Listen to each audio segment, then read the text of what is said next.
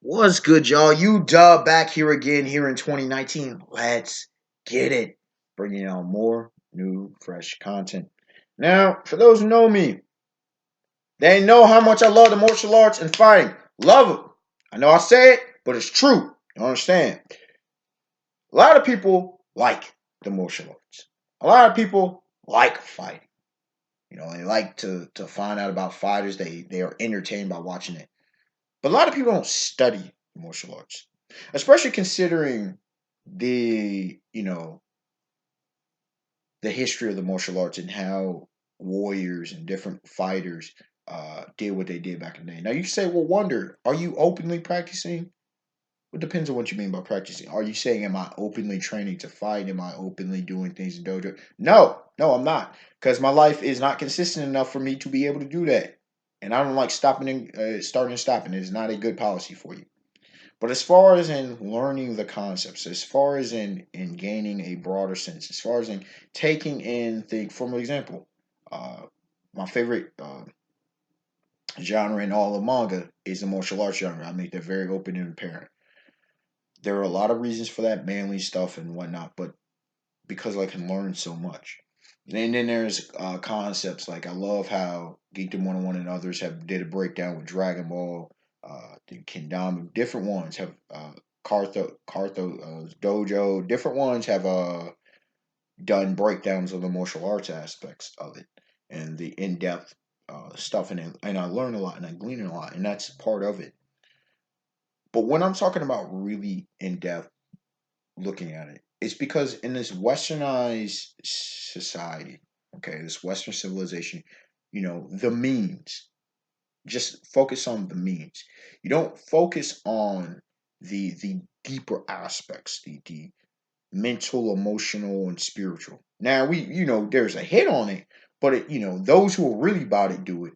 But by and large, no one really cares about why someone operates the way he does, why this fighter is different from this one, why is a Khabib Nurmagomedov different from a Conor McGregor, different from a Jose Aldo, different from a John Bones Jones, different from a Brock Lesnar, different from Daniel Cormier, different from Stipe. You get my point?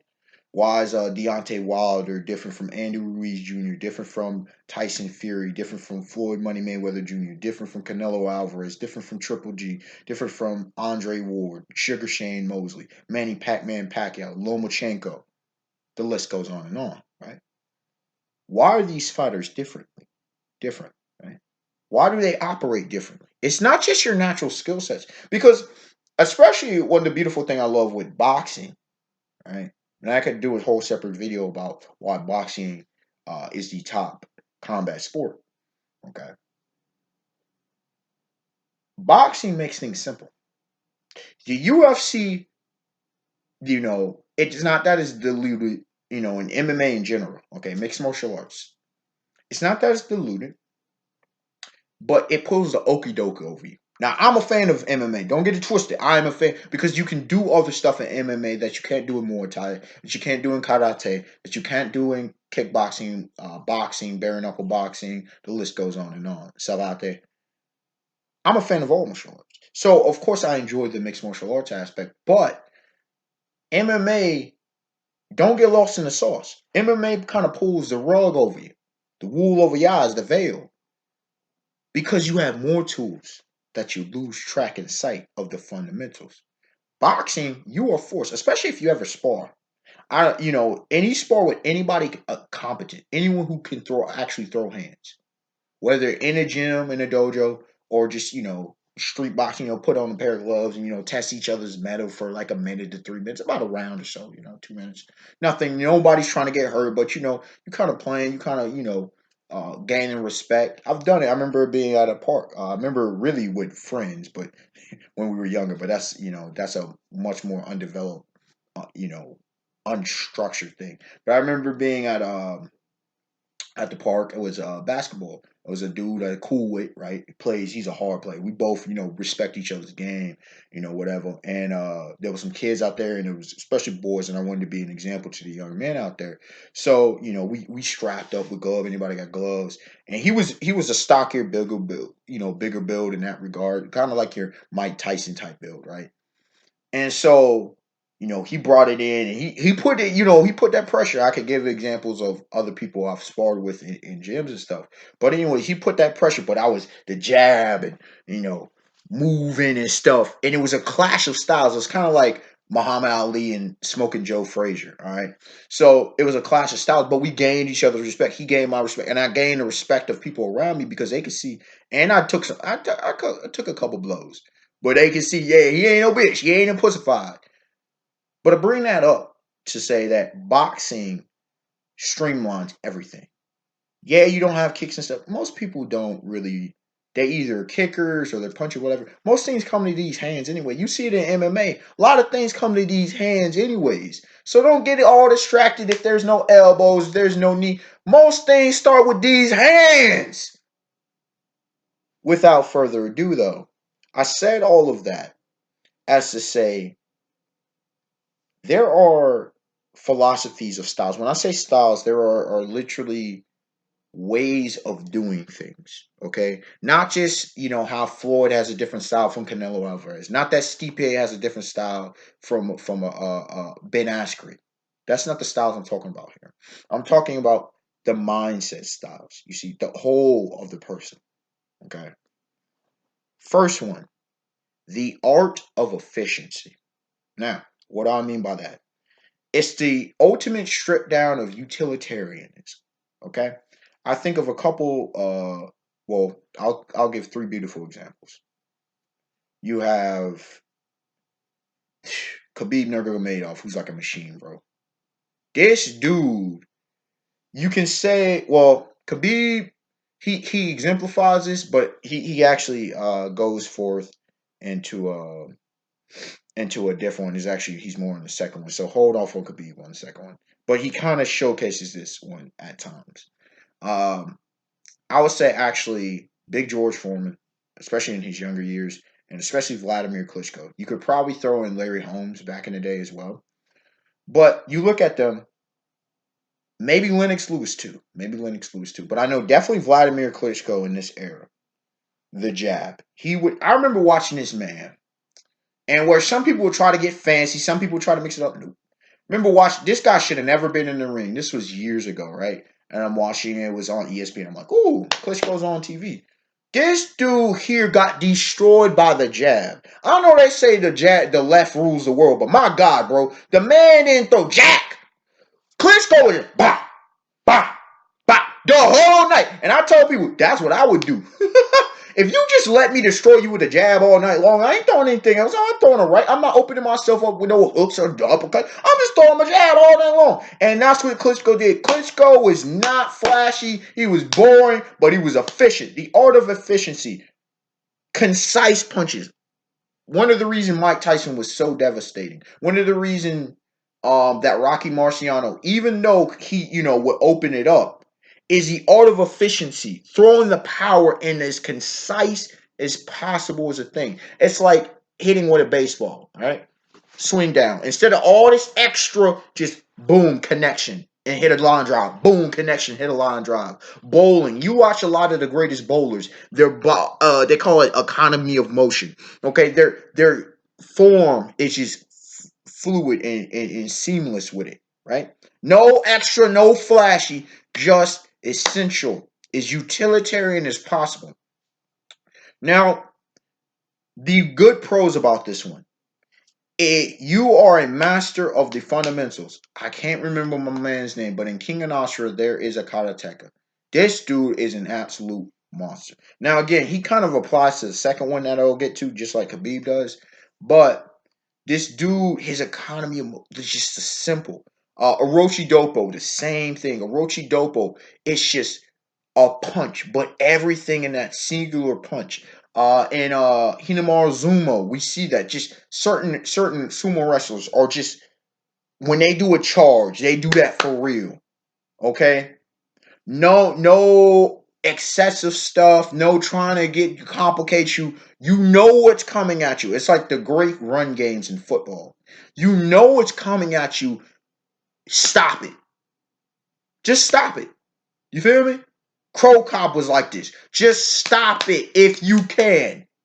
Because if you can't, we're just gonna run it down your mouth. We're gonna hit you with that hit, and good luck on you, and you're gonna drop. You're gonna drop, bro. That's just what it is. And so this is a beautiful, especially to teach young ones. Especially for mechanically minded individuals who they're not robotic, but they're very formulaic. You know, don't get distracted. Focus on 1, 2. And Hajime no Ippo. Remember David Eagle. David Eagle was like this. Very technical. The 1, 2. If he could have mixed it up and thrown some hooks and stuff, he would have defeated Takamura. But he remained efficient. And that's why he was arguably the toughest fight. That Bison was tough too. But you could argue that David Eagle was the toughest fight for Takamura. You can argue that. That we know of thus far. Okay. The con of the efficient fighter is, like I mentioned with Eagle, where overly simplistic. Sometimes you don't give me a feint or something. Give me some gravy with that potatoes. Don't just give me a dry steak. Give me some A1 with that thing. You need to give me something. The greatest to me have all had that little something, little dazzle in there. Iron Mike, as efficient as he was, he gave me with that peekaboo. Rocky Marciano, same thing. He gave me a little bit of extra pizzazz, a little extra something on there. You have to, because once someone figures you out, you get dropped, son. You get a Marquez Pacquiao situation where you walk into a punch, or you get destroyed. You get freaking, you get figured out, and now you can't do anything against him. Okay, I think of Hector Macho Man Camacho, and if his valiant as an effort is a great fight, Julio Cesar Chavez tore him apart. That's what happens when all you care about is just efficient fight. Now, there was more to that fight, but my point is that's what can happen to you. Okay? 2, the ultimate mastery, meaning of a singular style. Now, this what partially caused me to make this video is Count Dooku. I was listening to Stupendous Wave talk about Dooku's philosophy on the issues with Jedi training methods. Okay, and Yoda had a different philosophy, obviously, but this is of it. Count Dooku. I mentioned Khabib and such. These guys where they stick to a singular style and they perfect it. I mentioned the karateka from King and Ashura. Now, if you know the series, you know exactly what I'm talking about. These guys are just so devastating. They perfect their style so beautifully. I mean, I'm pretty sure Ricardo Martinez, even though, see, we need to really see him fight for real, seriously. But one of the reasons that Ipo was so effective in his fights is because even though people knew what was coming, Ipo, made his style so devastatingly good that good luck. You would have to knock him out in order to win that fight. That's the thing about Ipo. His was a knockout, be knocked out kind of thing. Old school pugilist. Now I have an issue with Ipo's style. And I have an issue with this, but I can't argue against the results, fam. I can't argue against a Julio Cesar Chavez, even though I might not like Khabib. I might not like your style. I respect it. Because this kind of thing is, unless you're fighting high caliber, high level, like the best type fighters, you're going to win. It goes back to the old concept that Bruce Lee says, I fear a man more who's thrown a singular punch 10,000 times than a man who's thrown 10,000 different punches a single time. It's just something to be said about someone who's perfected his craft. You look at basketball, you look at football, you look at different stuff. Tom Brady's quick throw, bro. That quick trigger is just devastating to defenses. You know, Ray Allen with his shooting, Steph Curry with his shooting. They're demoralizing because and the thing that's psychological. It's the same, even more so than the efficient fighter, the technical fighter, is that it's coming. It's like I mentioned, the running game, but imagine more so than just a running game is that you have a power back. Okay, A guy like Ezekiel Elliott, right? Who's running through the hole. You know what's coming. You know they're going to feed Zeke. But good luck stopping it. Good luck. If you can, then you win. If you don't, it's gonna be a long night. And that's the same thing in fighting. I'm pretty sure you've all seen guys who just the fighter knew what was coming. We knew the game plan, and they couldn't stop this man. You just like, bro, it's obvious what he's doing. They couldn't figure it out.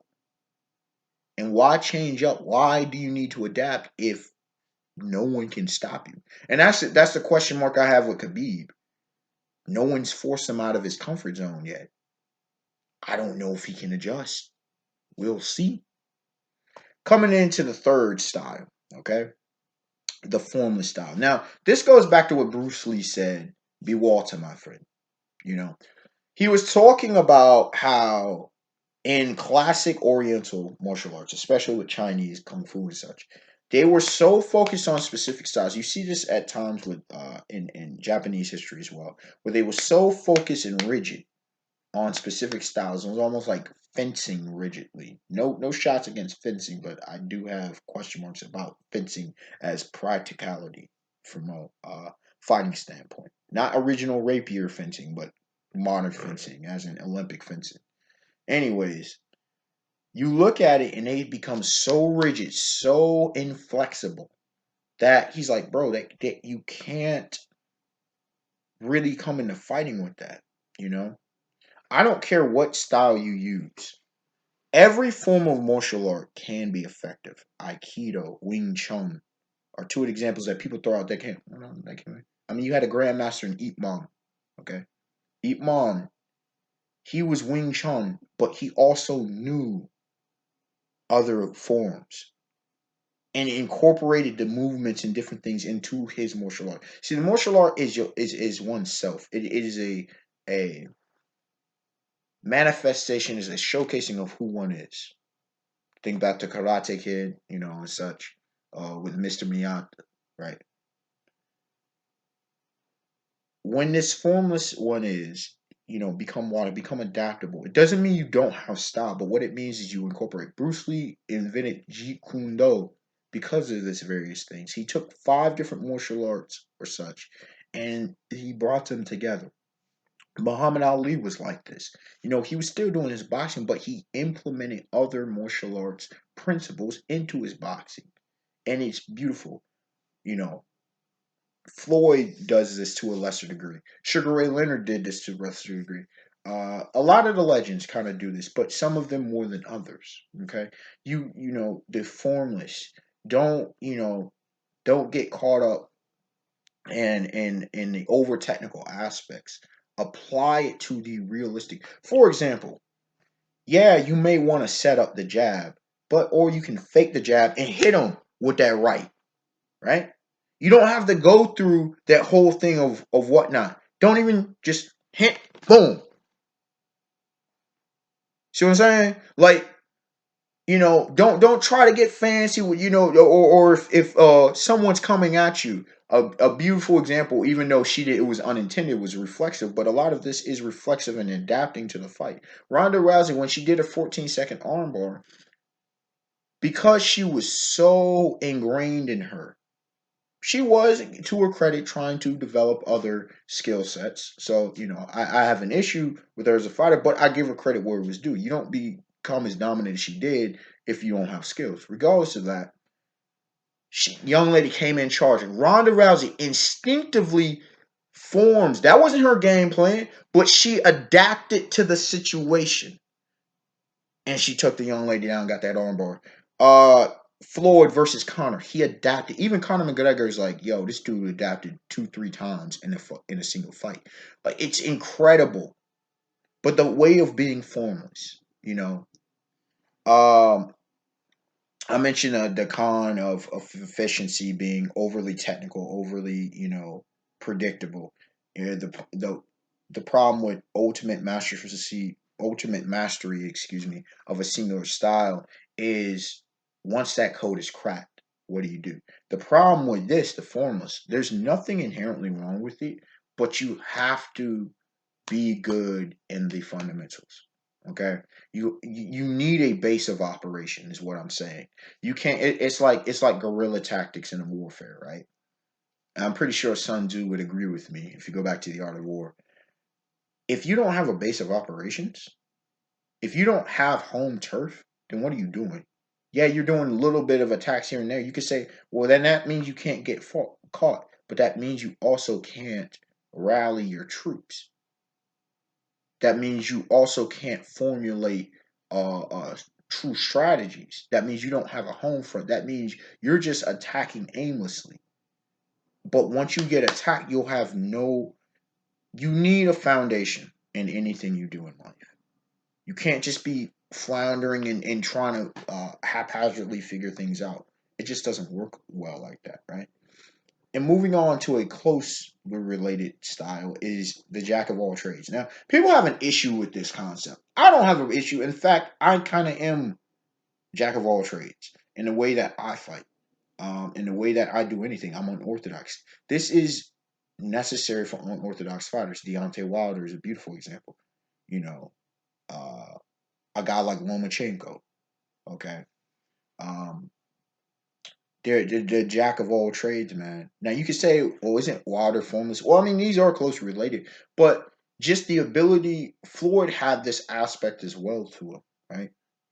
Floyd can do pretty much anything. Muhammad Ali can do pretty much anything. They're full like these are so closely related. The jack of all trades, though, is now here's the I'll bring out the flaw real quick. It's not the lack of foundation or whatever.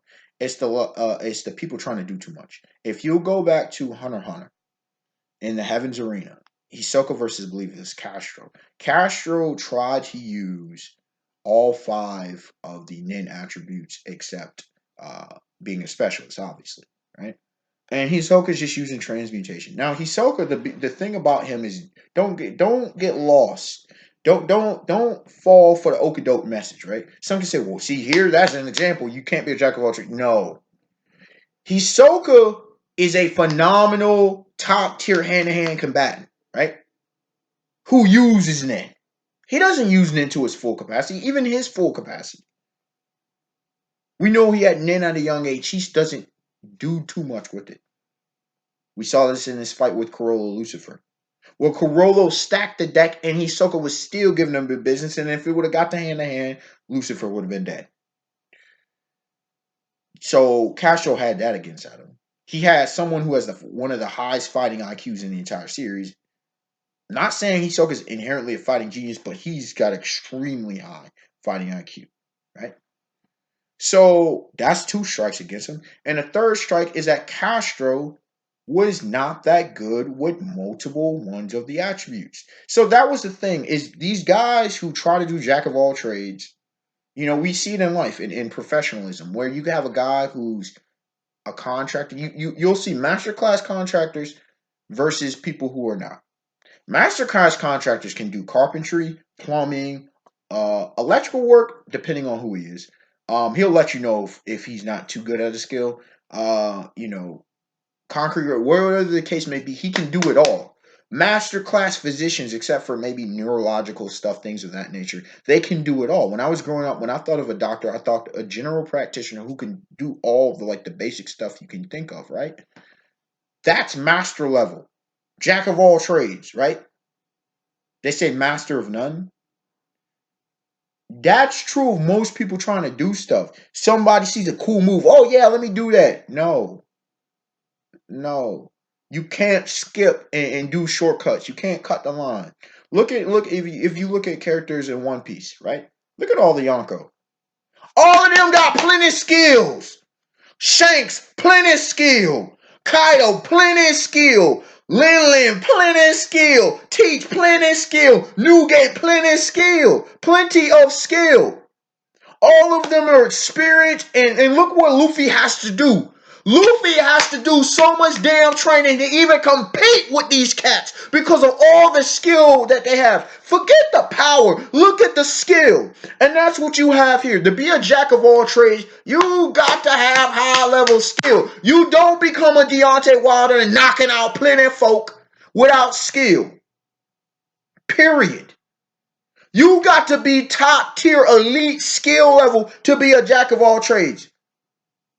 You got to be very knowledgeable in each of what you do and take that knowledge, become second nature, and become part of who you are. You can't just practice the martial art. You can't just practice Wing Chun, Aikido, Muay Thai. You got to be it.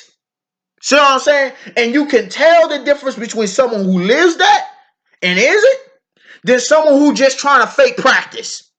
Don't just go through your katas. Don't just go through your sparring, your thing. Live it. Make it part of who you are as a person. You see? And last but certainly not least, the hybrid martial arts style. Now, pancreation. All right?